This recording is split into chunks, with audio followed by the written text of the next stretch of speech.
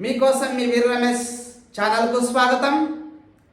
ఈరోజు ఓటుపై అవగాహన కలిగించడానికి ఒక చిన్న స్క్రిప్ట్ చేయడం జరిగింది.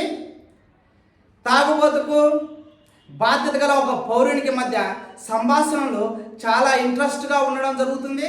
కాబట్టి ప్రతి ఒక్కరూ పూర్తి వీడియోను చూడండి. ఏం నారాయణ, చాలా హుషారుగా ఉన్నావు. ఈరోజు ఎలక్షన్ రోజు రమేష్ అన్న రాత్రి ఫుల్గా తాగి ఉదయాన్నే మత్తు తీయకుండా మళ్ళీ ఒకటి వేస్తే ఓటు వేయని పోతాను. రమేష్ అన్న ఓటు వేస్తాను పోతున్నా. సారాయి తాగి ఓటు వేయడం తప్పు నారాయణ, అలా చెయ్యకు. ఎందుకు తప్పన్నా? ఎవరు ఎక్కువ డబ్బులు ఇచ్చే వారికే నా ఓటు, ఎవరు ఎక్కువ సారా వేస్తే వారికే నా ఓటు. ఇంకో చెప్పంటావా, ఇంకో కోటర్ ఇచ్చే దొంగ ఓట్లు కూడా వేస్తాను. నువ్వెవరన్నా చెప్పడానికి నాకు? నువ్వెవరు?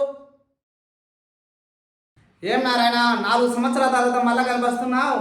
చాలా దిగులుగా ఏదో ఆలోచిస్తూ కూర్చున్నావు. ఏముంది రమేష్ అన్న, ఒంటరిని అయిపోయాను. పుస్తకాలు రాలేదని మా కొడుకు ఆత్మహత్య చేసుకున్నాడన్నా. మా భార్యకు సరైన వాద్యం అందక చనిపోయిందన్నా. కాలంలో నీరు లేక పంటలు పండించుకుందాం అనుకుంటే పంటలు కూడా పండించుకోలేకపోతున్నానన్నా. ఇంకా అందుకే ఊరి విడిచిపెట్టి, కన్న తల్లి లాంటి ఊరి విడిచిపెట్టి పట్టణానికి పోదామని ఆలోచిస్తూ కూర్చున్నా రమేష్ అన్న. సారాయికి, డబ్బుకు ఓటు నమ్ముకోవడం వల్ల నారాయణకి ఎటువంటి గతి పట్టిందో చూశారు కదా. సామాన్యులారా, దేశ పౌరులారా, సరైన నాయకుడిని ఎంచుకోక చాలా దేశాలు రోడ్డున పడ్డాయి. కాబట్టి బాగా ఆలోచించి ఓటు వేయండి.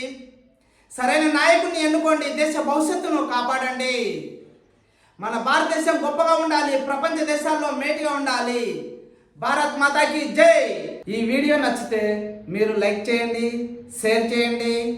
మరిన్ని మంచి వీడియోలు మీకు నోటిఫికేషన్ రూపంలో రావాలంటే కింద ఉన్న బెల్ ఐకాన్ మీద నొక్కి సబ్స్క్రైబ్ చేసుకోండి.